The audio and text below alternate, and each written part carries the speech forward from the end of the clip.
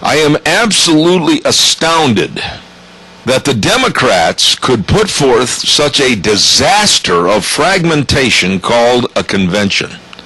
It is literally a mess. Now, there are those in the audience that are dyed-in-the-wool Democrats and liberals that are just gnashing their teeth right now and bending their fingers back, and they're tearing their hair out. But it's the truth. The Democrats have made a farce out of their convention. And the proof's in the pudding.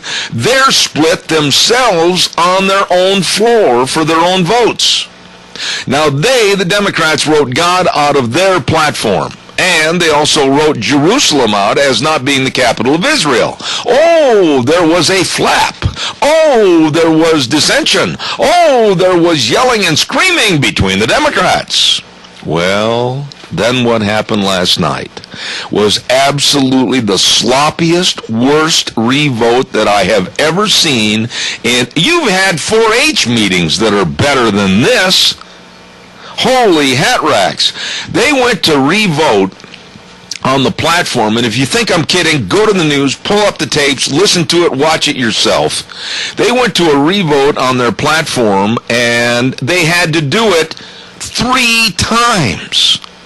And they went with a voice sound vote. I mean, it was so childish, it was laughable. And the complete incompetency of the Democrats last night at their convention going, gee, I think, we'll do it again. And so they did it again. Well, we think, let's do it again. It was so childish and ridiculous, they should be embarrassed. And finally it ended up that they are going to reincorporate God into their platform, and also Jerusalem as being the capital of Israel.